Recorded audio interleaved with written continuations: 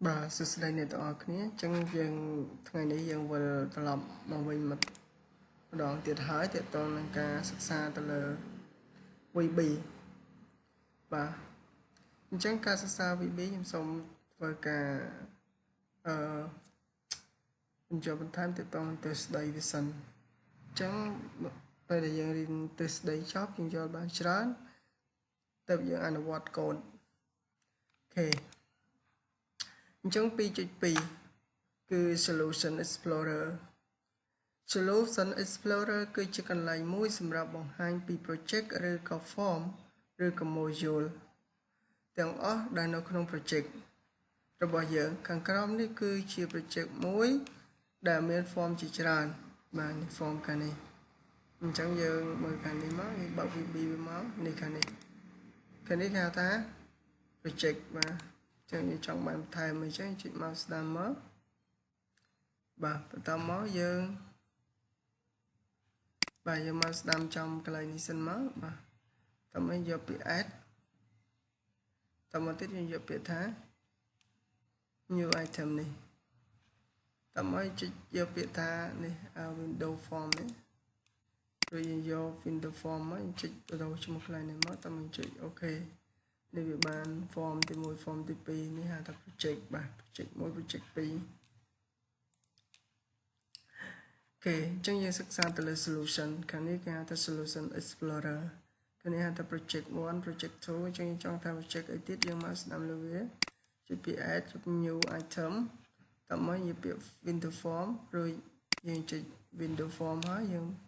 កន្លែង name នេះគឺយើងអាចបដូរវាមកយើងចុច add មកវា load project មួយទៀតដែរអូខេអញ្ចឹងយើងមើលតទៀតអញ្ចឹង 2.3 ទាក់ទងនឹង property object បាទតើអ្វីទៅជា property object គឺជា object ដែលប្រើសម្រាប់កែប្រែទៅលើ toolbox ណាមួយ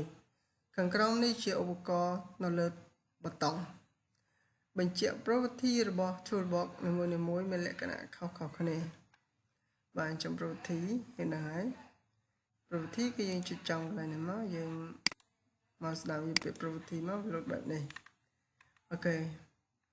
អញ្ចឹង property ហ្នឹងវាមានប៊ូតុងផ្សេងៗមានមុខងារផ្សេងៗសម្រាប់យើងប្រើប្រាស់វាអូខេចឹងយើងមើលតទៀត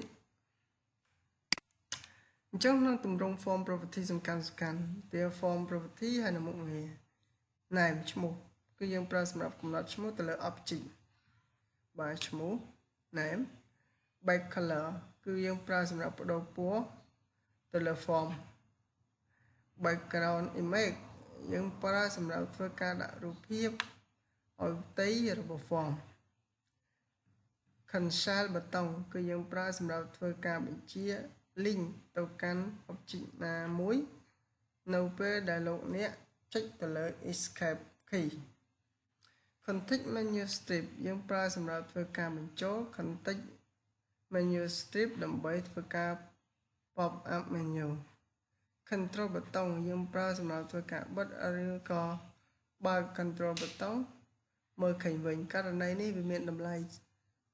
true ដែលផ្ទុយពីអ្នកមិនឃើញនៅពេលតម្លៃ false ស្មើនឹង false បាទអញ្ចឹង name ប៊ូតុងខ្ញុំបញ្យល់ហើយសិនចាំខ្ញុំធ្វើការអនុវត្តឲ្យមើល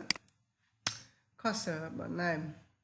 cursor គឺយើងប្រើសម្រាប់ធ្វើការផ្លាស់ប្ដូរទម្រង់របស់ cursor form យើងប្រើសម្រាប់បដូរ font អក្សរ for color គឺយើងប្រើសម្រាប់បដូរពណ៌អក្សរ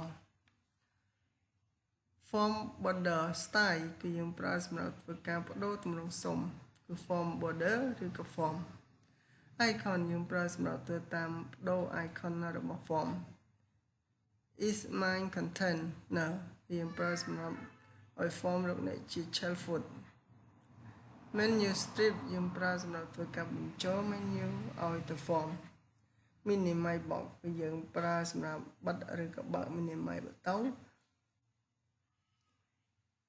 ឲ្យមើលឃើញ minimize box គឺយើងប្រើសម្រាប់បិទឬបើក minimize ប៊ូតុង show ប៊ូតុងគឺយើងប្រើសម្រាប់បង្ហាញ form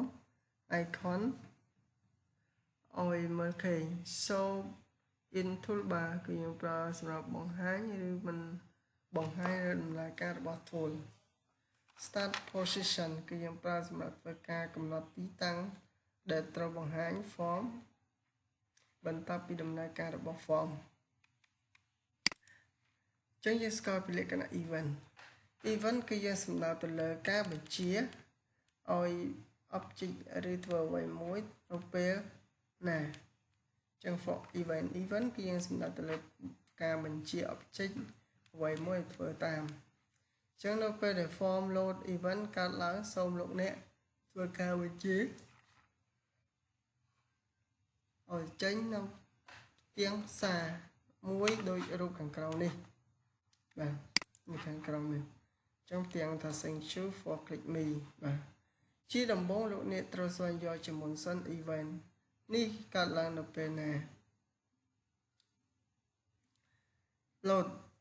form load event ត្រូវបានកើតឡើងនៅពេលដែល form របស់លោកអ្នកដំណើរការជាដំបូងបាទអញ្ចឹងកូដដើម្បីយើងចូលទៅកាន់ event នីមួយៗរបស់ object យើងត្រូវអនុវត្តជំហានដូចខាងក្រោមនេះយើងចុច value តាមឲ្យជួយពាក្យកូដបាទ view វាពាក្យកូដនេះកូដរបស់វាបាទគេចុចពាក្យ view menu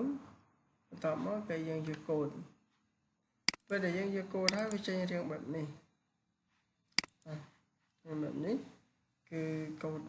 form មួយនេះយើងកូដ icon រូបភាពមួយបាទបន្តមកទៀតទាំងរូបភាព visual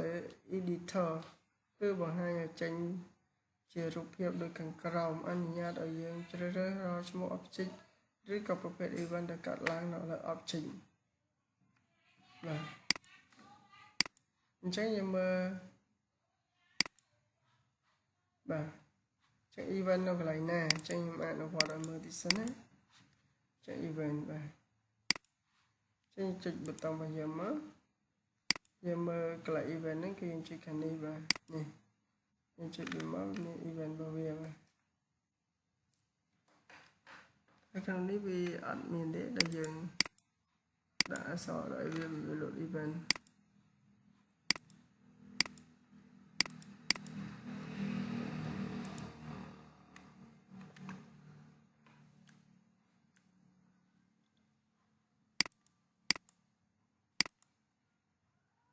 ហើយសេអីមួយទៅ load ណាបន្តមកទៀតយើងអាចទៅសេសកូដដូចរូបខាងក្រោមបាទអនុវត្តចំណាំមីគឺឲ្យឈ្មោះ form object ដែលលោកអ្នកកំពុងតែឈរលើវានៅពេលដែលភាសា visual basic event ដែលកើតឡើងចំពោះ object ដែលមានច្រើនប្រភេទ object នីមួយៗប៉ុន្តែប្រភេទ event ដែលកើតឡើង object នីមួយៗវាប្រហាក់គ្នាសូមលោកអ្នកមើលតារាងតន្ទី event មួយចំនួនដែលប្រើញឹកញាប់ទៅលើ object បាទខ្ញុំសូម slash ប៉ុណ្ណេះសិនចាំយើងចូលបន្តទៀត